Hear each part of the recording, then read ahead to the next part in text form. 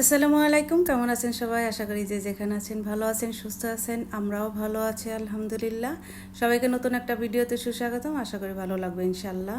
তো বরাবরের মতো রান্নাবান্নার প্রস্তুতি চলতেছে। দুপুরে রান্না আজকে পাঁচমিশালি সবজি রান্না করব আর হচ্ছে গরুর গোশ রান্না করব। অনেকদিন যাবত সবজি পাঁচমিশালি সবজি খাওয়া হচ্ছে না। সবজি খাচ্ছি বাট পাঁচমিশালি না। তো আজকে চিন্তা করলাম যে দুই ধরনের ডাল দিয়ে সবজি রান্না করব। মাঝে মাঝে এরকম খেতে ভালোই লাগে, আর সাথে আমের আচার আছে, খাবারটা বেশ জমে যাবে আর কি।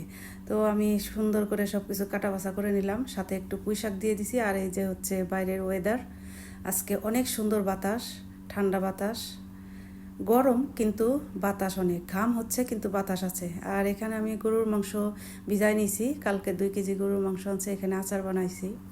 ওমানি গরুর মাংস আনছে। এরপর হচ্ছে মাংসটা ভিজে গেছে, আমি ভালো করে ছাড়াই নিতেছি। ছাড়ায় তারপরে হচ্ছে কিছুটা রান্না করব আর কিছুটা রেখে দেবো ফ্রিজে। এতখানি মাংস তো আর লাগবে না, আমরা মাত্র মানুষ 3 জন। তো গরম ছিল, আমি ফ্যান ছেড়ে দিয়ে কাজ করতেছি। ভালোই লাগতেছে কাজ। মাঝে মাঝে কাজ করতে খুব বোরিং ফিল হয়, আবার মাঝে মাঝে ভালো লাগে। আসলে এটা মনের উপর নির্ভর করে। তো আমি সব কিছু সুন্দর মতো ধুয়ে নিছি, মাংসটা ধুয়ে নিছি। মাংসটা একবারে প্রেশার কুকারে দিয়ে দিতেছি।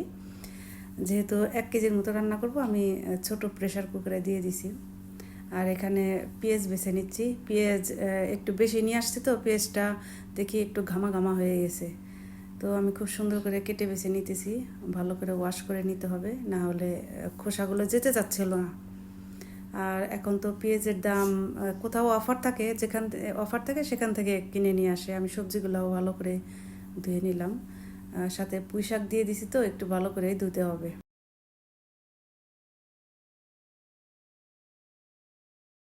এই পাশে চুলা অন করে তারপর হচ্ছে গরুর মাংসটা বসাই দিতেছি। সব মশলা একে একে করে দিয়ে দিলাম, সব ধরনের গরম মশলা, পেঁয়াজ দিয়ে দিলাম। আমি একবারে বসাই দেব, আস্তে আস্তে কষানো হবে।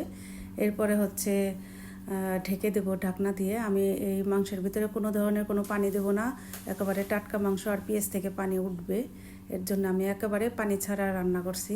আর এই পাশে সবজি দেওয়ার জন্য পাঁচফোড়ন দিয়ে দিলাম, একটু তেল দিয়ে দিছি, শুকনো মরিচ দিয়ে দিলাম। এরপর ওই যে শাক সবজি দিয়ে দিলাম।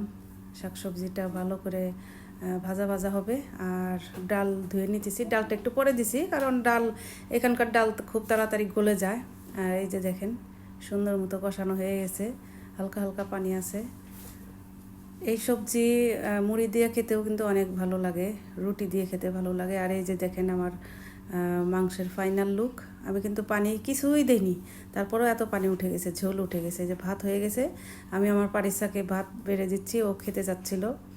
তো মাংস দিয়ে সবজি দিয়ে ভাত দিয়ে খাবে ইনশাল্লাহ। তো সবাই ভালো থাকবেন, সুস্থ থাকবেন ইনশাল্লাহ। আবার পরবর্তী কোনো ভিডিওতে দেখা হবে, কথা হবে। সে পর্যন্ত সবাই সুস্থ থাকুন, সবাই সবার জন্য দোয়া করবেন।